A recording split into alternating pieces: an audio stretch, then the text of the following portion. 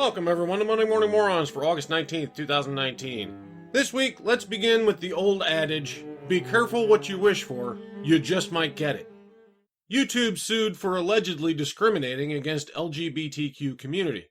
YouTube and its parent company Google are being sued by several LGBTQ media stars who allege the company discriminated against them when it restricted their content from making money and limited its distribution. Welcome to the party, you big idiots. This has been happening to everyone else for years now, and you cheered for it because it wasn't you. The lawsuit, filed late Tuesday in a federal court in California, claims LGBTQ users are being subjected to unlawful content regulation, distribution, and monetization practices that stigmatize, restrict, block, demonetize, and financially harm LGBTQ+ plaintiffs and the greater LGBTQ+ community. Creators can earn money directly from the ads running on their videos, but in recent years, some LGBTQ people have expressed concerns about their videos being cut off from earning ad revenue and becoming age-restricted. When a video is age-restricted, it won't be seen by users under 18, and creators can't make money from it. Those videos also can be harder for new viewers to find. You were warned repeatedly that this was going to happen. Still you cheered. Still you asked for more. Still you insisted that YouTube censor, demonetize, and ban what you called hate speech. This is exactly what you asked them for. These are the rules you wanted because people said mean things to you. Did you honestly think those rules weren't going to be applied to you?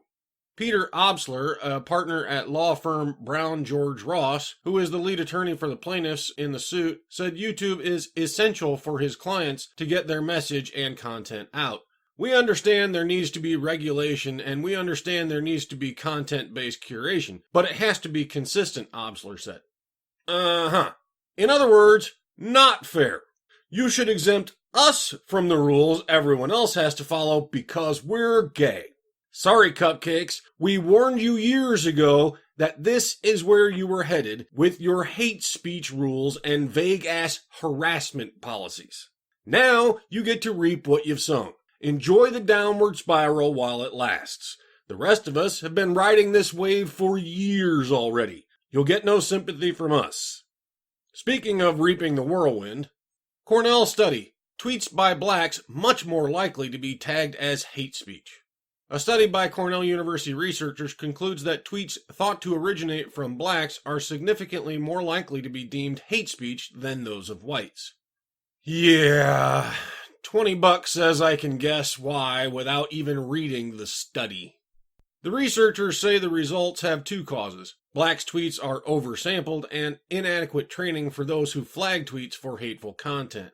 Davidson said tweets written in African American English, or AAE, may be more likely to be considered offensive due to internal biases. For example, terms such as nigga and bitch are common hate speech false positives. We need to consider whether the linguistic markers we use to identify potentially abusive language may be associated with language used by members of protected categories, the study conclusion states. Yup. This is my shocked face. You see, as expected, what happened here boils down to this. You made up a rule about what is or is not hate speech, fed that rule into a computer, and asked the computer to apply that rule to all of these tweets. The computer did what computers do. It followed its instructions and applied your rules to every tweet. The problem? You got results you don't like because, as it turns out, at least for this data set, black people are using the very language you said is hate speech. Well, that can't be right. We must have racist computers. No, you fucking dipshits. You're expecting a computer to selectively apply your rules where you want them applied, but not apply them where you decide they should be exceptions. The computer isn't being racist. You are. You are the one deciding that certain language is acceptable or unacceptable based on the user's skin color. Different rules for different skin colors is pretty much the freaking definition of racism. The computer didn't do that. You did. Stop pretending that favoring minorities because of their skin color is any different than discriminating against them for their skin color. Because it isn't. It's still racism. Sometimes I just can't believe we've reached a point in our society where I have to tell a bunch of supposedly educated people this kind of shit.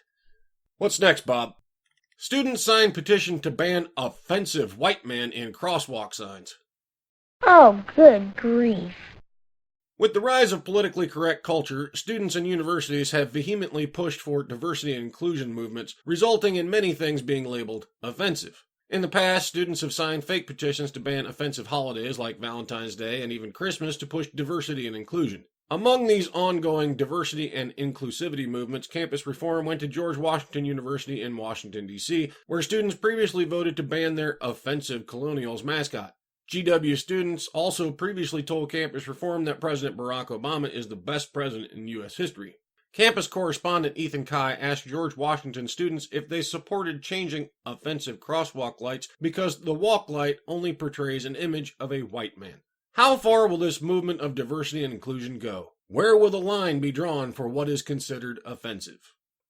Okay, let's play these clips and see how fucking dumb these people are. That's awesome. Is this something you've thought about before? No, I never thought about it, but I can see, I guess, why some students have a problem with it. Okay. You can. Okay, super genius. If you can see it, explain it to me. Because to me, it looks just like a white light on a black background. You know, contrast. So people can see the fucking thing. I assume it's one of many ways in which the default is imagined to be a white man. Yeah, that's why we did it. This isn't probably the most important one to me, but I totally get that it would be important to other people. Yeah, here's the thing, shit for brains. It isn't. No one actually gives a flying fuck about it. But you are so desperate to be a hero, you imagine they do. Hell, half of us don't even look at the stupid sign anyway. We just cross the street when traffic is clear. White man on the sign or not. I haven't really thought of it as a white guy. I've just thought of it as the light is white.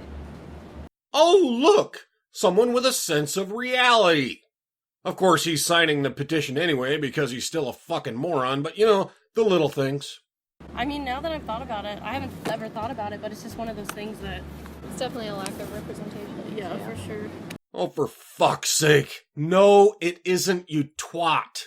It's kind of simple, just a guy walking across the street, but if it can help other people out, then why not, Because it doesn't help other people. It doesn't do a fucking thing except waste taxpayer money on sign diversity, which is not only confusing, but fucking stupid. All you're doing right now is encouraging the easily offended fuckwads to keep demanding everyone else do whatever they want. Stop it, you fucking idiots. Alright, toxic time, Bob. Daughter, 23, strangled, dismembered mom, then scattered remains in trash, police say.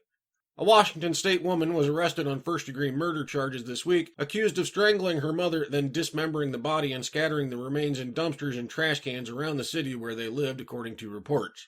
Amara J. Lundy, 23, who lived with her mother, allegedly used a cord to murder Susan Lundy, 58, who had been missing since July 6, the Olympian reported. The daughter then reportedly discarded the body in yard waste container for several days before dismembering the remains with a kitchen knife and small saw.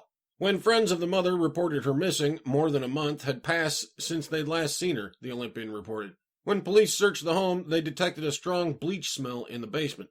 At first, the daughter reportedly told detectives her mother had gone camping and had moved out of the house. Then, in an interview with police, she described how she went to great lengths to make it look like her mother had simply left town, destroying her mother's cell phone and throwing her identification in the garbage can, police said. Lundy told police that her mother begged for her to stop, but she felt she had to continue strangling her until she stopped thrashing, according to the Olympian. The daughter told police she had grown tired of her mother and decided that if her mother was dead, things would be better for several people, Q13 Fox reported. Lundy's being held without bail. Okay, let me think here for a second. Was there a man in the house? A boyfriend? Maybe not in the house, but somewhere in the story? Well, she didn't kill a man either, so I guess if there's no men anywhere in this story, then I'm going to have to fall back on internalized misogyny for this one. Because that shit sounds pretty damn toxic, and we know it can't be feminine. I mean, there's just no such thing as bad femininity, is there? So the daughter here clearly suffers from internalized misogyny, and we should not send her to prison, but to a nice, warm, welcoming, understanding therapist to help her get back to being a strong, brave, independent woman. You thought you had me there, didn't you, Bob? Okay, what's funny this week? Iowa driver leads authorities on chase, claims car she was driving was stolen. Okay, so she stole a car and the police chased her. What's so funny about that? An Iowa woman allegedly fleeing a traffic stop called authorities to report her car had been stolen, but she had been driving it all along.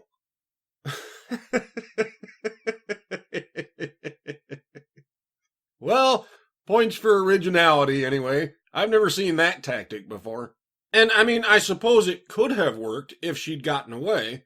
Of course, reporting a car stolen that's already being chased by a sheriff's deputy isn't exactly going to lead to less attention. Especially when you drive into another county, which draws attention from their sheriff's office, and of course, state roads crossing jurisdictions, so now you get the state police's attention as well. I mean, all in all, you've really ratcheted up the shiny fucking spotlight on yourself, didn't you? Probably not the brightest plan if you were trying to dump the car and pretend you weren't in it, but hey, could have totally gotten out of that $100, $200 speeding ticket, right? Totally worth the risk. That's it for this week. Remember the social justice mantra: women are victims, men are oppressors, and feminism is just about equality. I'll see you all next time.